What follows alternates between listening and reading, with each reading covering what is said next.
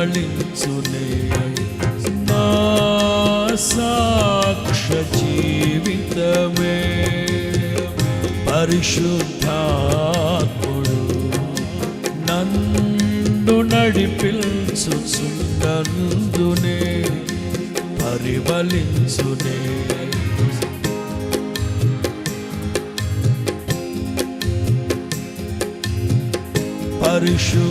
పరిశుద్ధాత్ముడు నన్ను నడిపించుచున్నందునే పరిశుద్ధాత్మలో ఆనందించెద హర్షధ్వనుల